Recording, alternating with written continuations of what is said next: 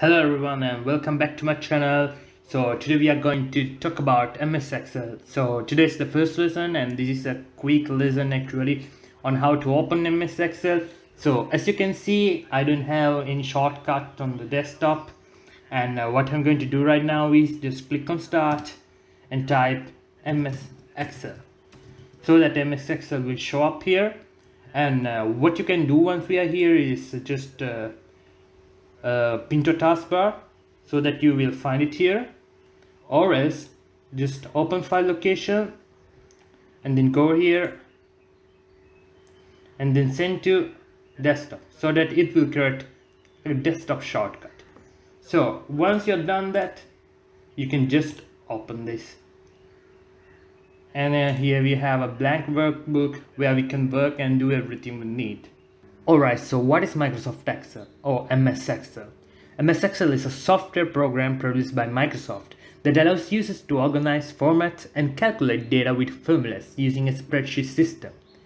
This software is a part of the Microsoft Office. So let's take a quick look on how to download MS Excel, but before that we need to buy it. So we can write here MS Office, because as I said before, MS Excel is a part of the MS Office package, and we click on Home and Student. I think that's the most suitable package for us. So once I go here, I will just click on it, and as you can see, you can buy it. So this is a one-time purchase for one PC, so that's only for you. And then you can buy it at $149.99, which is going to be almost $150. So once you will buy, you will have all these key features and everything. You can take a look, you can read here, and that's it actually. And after that, if you don't want to buy it, there is another way which you can download for free of charge, and I don't recommend that way.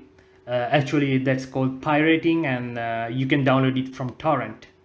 You can use some sites and get into that and then download it using torrent, which is a free way actually.